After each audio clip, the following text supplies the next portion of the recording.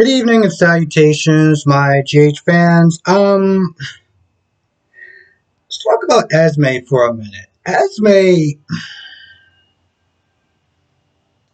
she comes over to see this guy. I forgot what his name is, which really doesn't matter because I think at this point he's dead. But comes over to see him, and she's like, "Hey, just let you know, I'm not with that guy that has a lot of money, so I can't really pay you anything." And he's like, "Oh, well, that's the problem, like, for you, because I'm just going to start shooting my mouth off and we'll just pretty much see what happens." Um, so they go back and forth for a little bit.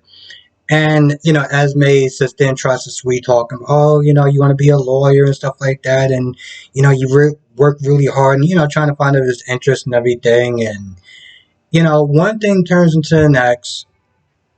And they're sitting on the couch. And she's like, "Oh, do you have anything to drink here?" And he's like, "Are you a legal age? Like, should I even be, like, offering you alcohol? Like, how old are you?" Now, Esme is like, "Yo, listen, we both done stuff that's, like, really bad. The least thing we gotta sit and worry about is me drinking." So, with that being said, if you're practically trying to card her to sit there and see if she can even drink, why the hell are you giving in to this woman's sexual advances? I'm like, bro, you do realize that that's jailbait, right? No, no, you and Nicholas, y'all it's just whatever. I mean, granted, I get it. She is 18, I think. I think she's 18 or 20. I don't even know. But the point is, technically speaking, in the eyes of the law, she's 18 and she's legal. And I'm like, bro, how old are you? Like, I feel like he's damn near like in his mid 40s. I saw the goatee with with the gray, and it was like, bro, what are you doing? Because she kisses him, and at that point, I'm like, bro, you got a choice to make, and you chose the wrong choice. Okay, bro. So you know, then she asked for something to drink, and at some point, or before after, I couldn't remember, but at some point, she does spike his drink, and he drinks it and he's kissing on her for a little bit. And there's one point where he walks away to, I guess, go get some, go get more alcohol. And she like wipes her mouth like, and I'm just like, wow, you are anything it takes at this point, right, boo? Anything it takes. I mean, even sleeping with low lives like him. Okay. So he starts to feel dizzy. He's all like, "Oh, what are you doing to me?" I was like, bro, this is what happens when you try to hook up with girls that are barely legal. I mean, then he gets a knock on the door. Now it's Curtis. Curtis was sitting there talking to Miss Wu. You know what? Before we even get there, I want to talk about the beginning when Porsha was really worried and she was concerned and she was like, "I just hope that what you're doing and stuff like that." Hold on a second. She's worried that she's hoping that everything works out, and Kurt's like, "Listen, Joe, we got this. Hopefully we can sit there and try to get something tonight or whatever," and just kind of giving her updates. The reason why I want to sit there and point this out is because at this point, what has Porsha done to actually help vindicate her daughter? In the beginning, she seemed like she was going to chastise Trina for going in that bar and trying to look for that dude, but then she was like, "Listen, I give you props. You are fighting for your life." But while everyone else is sitting there running around, you got Curtis and his senior citizen dad trying to help your daughter. What are you doing? Like, I felt like maybe she should have been in that bar. Dressed a little bit different or whatever. She should have been in that bar instead of, like, she hasn't really done anything. That's my point. Yeah, Curtis has been trying to do things at the very last minute, but I'm like, why didn't you sit there and try to, I don't know, think about hiring a PI or anything like that? Like, she just sat there and it's not like she wasn't doing anything as far as emotional support, but as far as like doing the legwork, doing the groundwork, asking people, anyone, again, getting a PI or something, even trying to look into stuff herself. She hasn't been doing anything. I guess it was just kind of annoying me because the way she kept sitting there grilling Curtis, like, oh, you think this is going to be enough, and is this going to be enough, and is that going to be enough? And it was like, bro, why don't you go on your shoes here, boots, and why don't you go out there and start asking around and working those streets, like trying to get information, like you haven't been doing anything. And I guess that just kind of irritated me a little bit. Actually, tell you the truth, kind of irritated me a lot. Um, So at this point, he leaves and, he tells Marsha to sit there and stay with her just to keep her calm and cool. And at this point, all it really is just this interrogation thing about asking Marshall about pressures and things of that nature. What was your first clue? And, just going on this fishing thing and, as far as trying to find more information. And, when Marshall was like, listen, we're going to sit there and help Trina get along because, we're family. And she's all like, now, if this whole theory is true about Trina really being Curtis's daughter, you imagine how pissed off that both of them are going to be at her, along with Taggart, when the truth comes out? I mean, granted, we've been sitting on this so-called truth for about, let's sit there and say, maybe 2 years? At one point, Jordan brought it up, and then she kind of shut it down. But I'm like, we're in July. When are we going to sit there and find out? Is Trina Curtis's daughter or not? Like, are we just going to go through this whole trial? Like, speaking of that, he gets outside and he sees Miss Wu. Now, long story short, Miss Wu wants to, help Trina out. She's like, yo, listen, I know I own the bar. I know where this guy's going to be at. I have eyes and ears everywhere. And I can sit there and get you a location tonight. And, Kurt's like, nah, listen, I got my own leads or whatever. I can sit there and do it. And, unfortunately, time is a factor. It's funny, time is a factor. And he's just now getting into the game, but whatever. He's like, what do you want in return? And she's, at this point, it's like, does it matter? I mean, at this point, Trina is fighting for her life. Whatever it is that I want, it's clear, what I'm saying? Like, it's clearly worth getting Trina vindicated. Now, I feel like whatever, let's put it this way. Everything goes to, according to plan, and Trina is vindicated, and Miss Wu had a hand in it. Oh, she's going to be collecting. She is going to be collecting. And Porsha is going to be so mad. She's going to be like, oh, I can't believe you sat there and worked with the mob and yada, yada, yada. Speaking of the mob, is there a particular reason why Curtis didn't ask Sonny to look into any of this? I mean, I know Sonny was doing his own thing as far as trying to interrogate Trina, but Sonny has Britt, Sonny has Spinelli. I felt like maybe, I mean, granted, this is a soap opera, so clearly things are not going to work the way they're supposed to work, but I felt like there could have been so many different options that now that he's trying to actually do something, he pretty much only has one option. And, I mean, he's not really thinking clearly. He's probably just going to want to, well, obviously he did give in because he got the location, he knocked on the door, and while this guy is either, out of it or dying, he's clearly going to owe Miss Wu another favor. And Esme is there. She is knocking the door, so she's gonna split before he kicks down the door or whatever he does. Sit there and get in.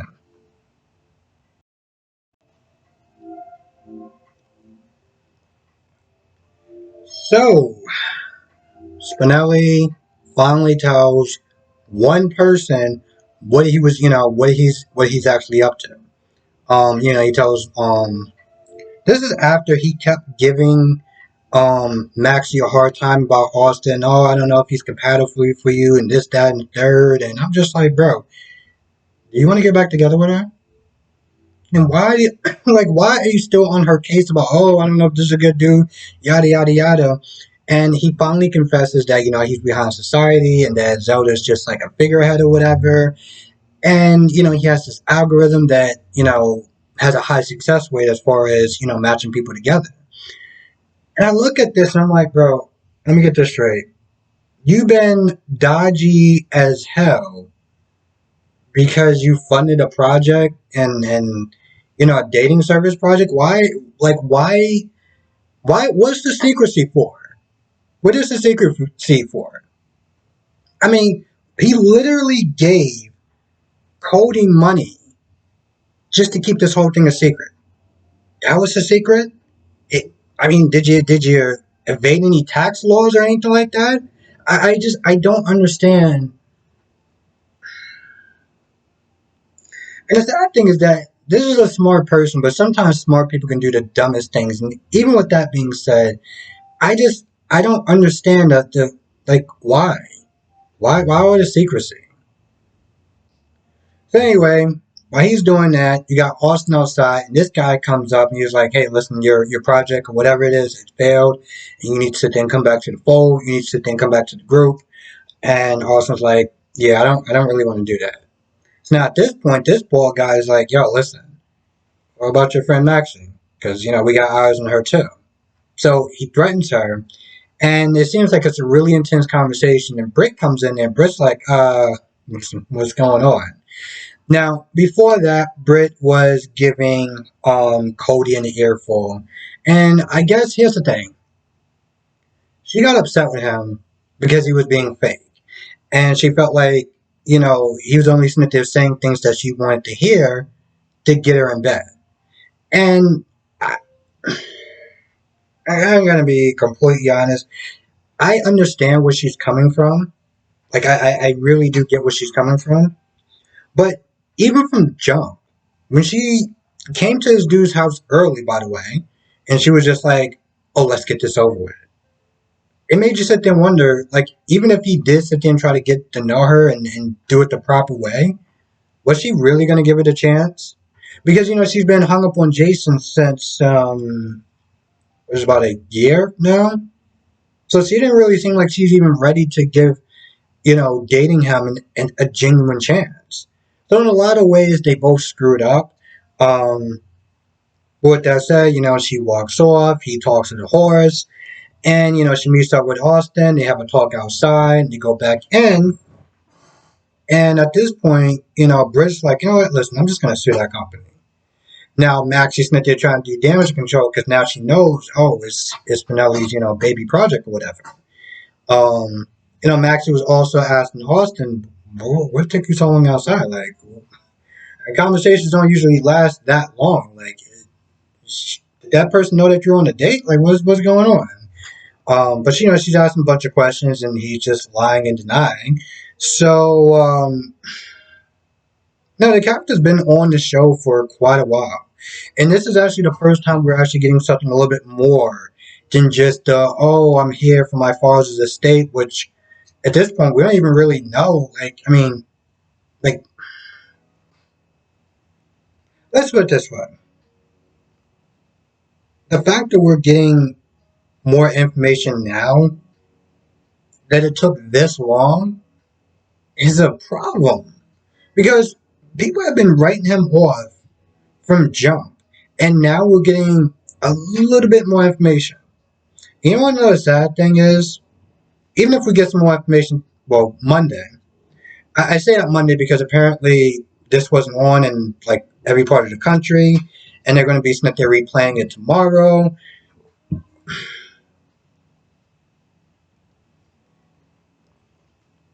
So that's why I'm sitting there saying Monday. But even if we get a little bit more on Monday, we may not get more for another 3 weeks.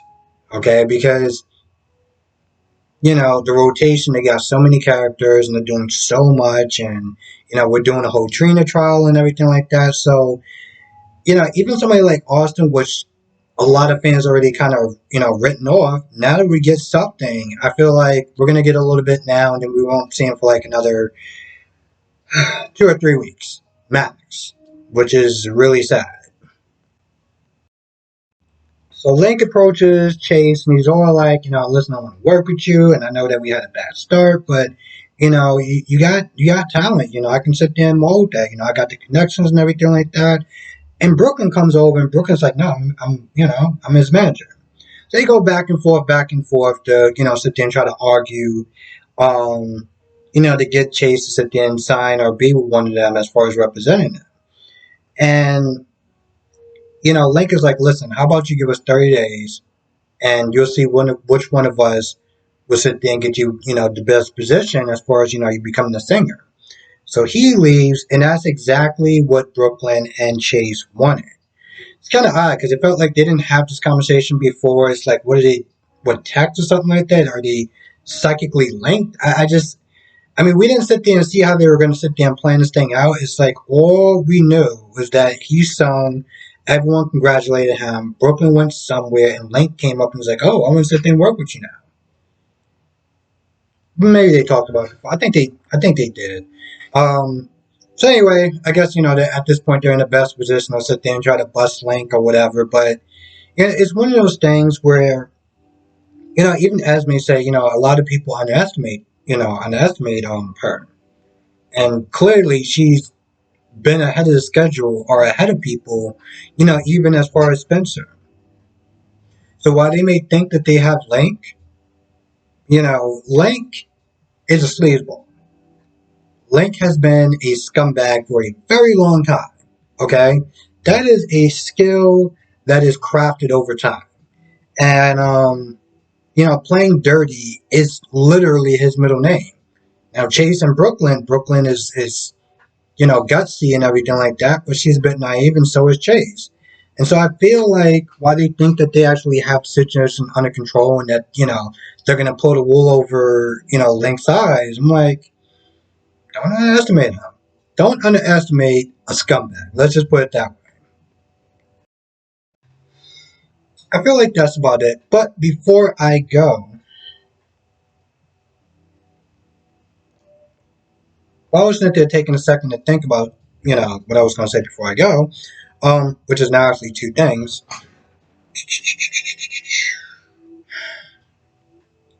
And it's just an observation, but I feel like GH doesn't have the super couples that they once did. And I know that's pretty obvious to say, but when you think about it, like even, let's just forget about Luke and Laura for a minute. They had Carly and Sonny, they had Jason and Sam, and now they don't have Jason and Sam. They have Sonny with Nina, which is clearly dividing the audience. And I don't know, I guess I find that just kind of interesting when I sit there and think about Days and, their super couples that they have.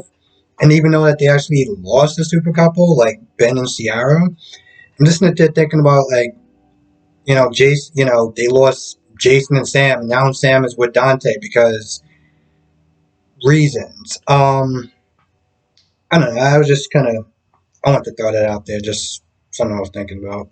Oh, I said this in my B&B review like a couple weeks ago, but I am thinking about doing a Ko-Fi. A couple weeks ago, a subscriber was there talking about start a Patreon, and I was kind of nervous about it because I didn't know exactly how to go about it, and I'm still kind of retooling it. But the thing with Ko-Fi is that whatever you get, because they're very, I guess, creative friendly, like the 100% of whatever donations that you get, comes to you. So I was sitting there thinking about, what kind of cool perks or whatever that I can put on Ko-Fi and things of that nature. Just kind of, I don't know. I'm actually at a lost words. No, just kind of think about some type of cool features or whatever that I can put on there, that people would like. So if anyone can think of something, some stuff that I can probably add on there, I still got to look into it and sign up for it and stuff like that. But if anyone has any cool features, ideas, or whatever that you feel I should put on my Ko-Fi that you think you want to like subscribe to and get a benefit out of it, please let me know in the comment section below because I'm kind of like workshopping. Yeah, that's it, workshopping ideas. Yeah, so with that being said, I'm going to go. I want to thank you for watching. Be safe, and I will see you in the next video.